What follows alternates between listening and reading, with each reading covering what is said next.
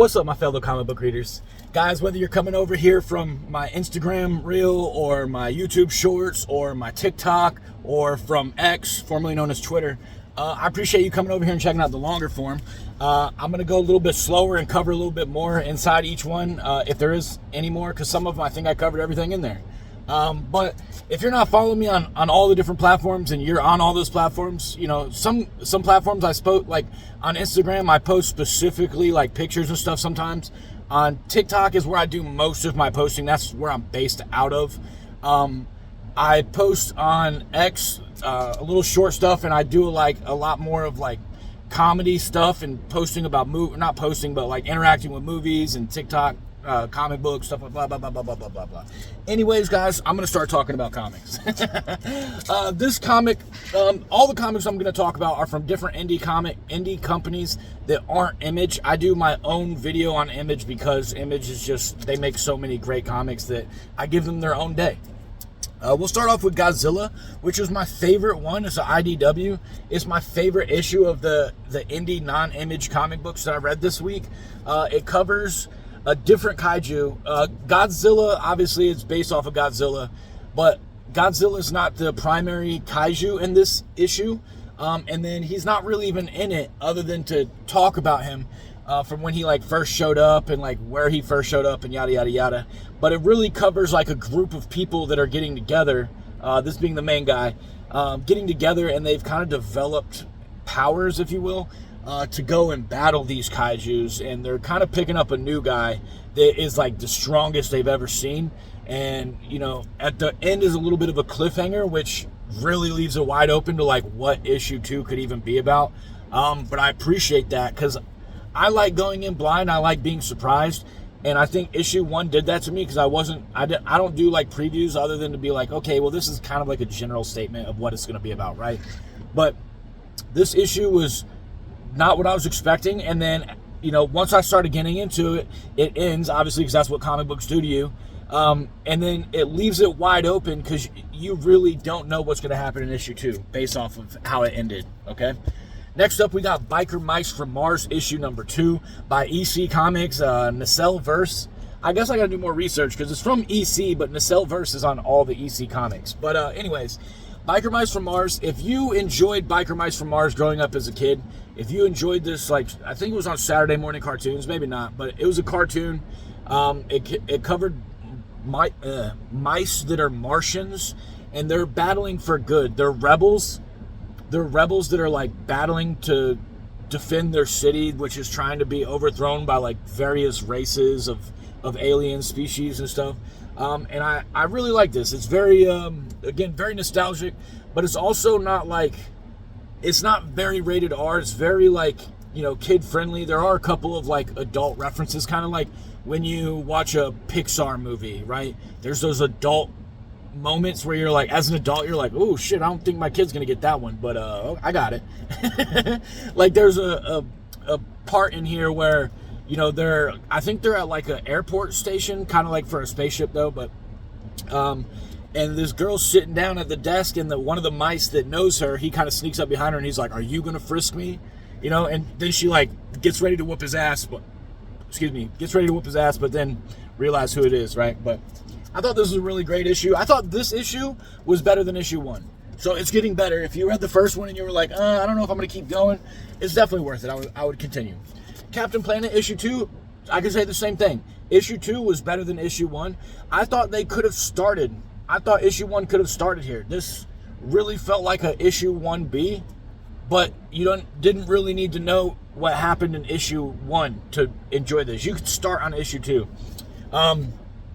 All 5 of the Planeteers are getting together, and you know they don't know who each other are. They don't even know why they're being called together. They just hear a voice in their head saying like, hey, meet me here, right?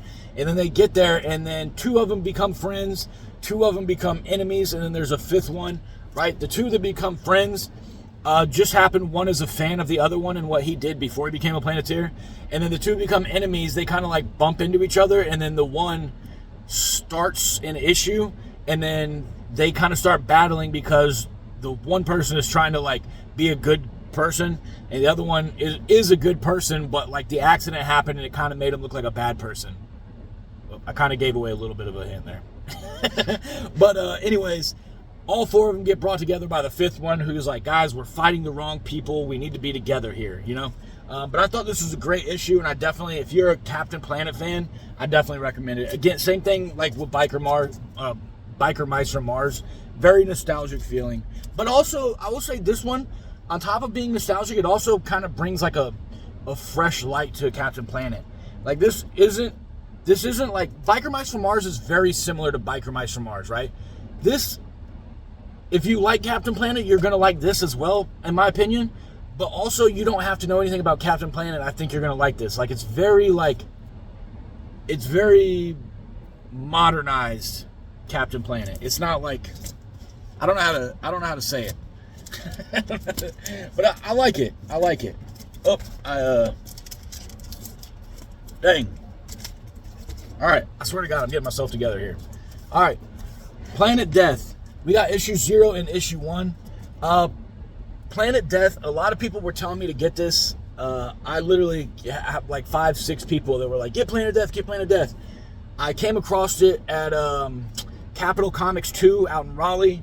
I got these 2, and then I also found another issue, Red Coat issue 10 was one of the ones I was missing. And then I also, what else was I missing? A couple of Ghost Machine comics that I was missing. I got them from there. I got Planet Death from there. So shout out to Capital Comics 2 in Raleigh. But Planet Death, again, a bunch of people recommend this to me. I don't think I'm going to continue getting this. It's very light on the words. Like, each page might have like 10 to 15 words. It's very art driven. And the art is beautiful. If you're into art comics, like art story driven comics, I think you're really going to like this. But I was looking for more of a worded storyline, you know what I mean? But this covers, it looks like the human race is trying to invade an alien race, and, you know, there's a bunch of death and gore and very futuristic outlook on war. So if you're into art, I would recommend this to people that are into art and war and stuff like that. But for me, as someone that's into story-driven, like written story, it didn't fit what I'm into.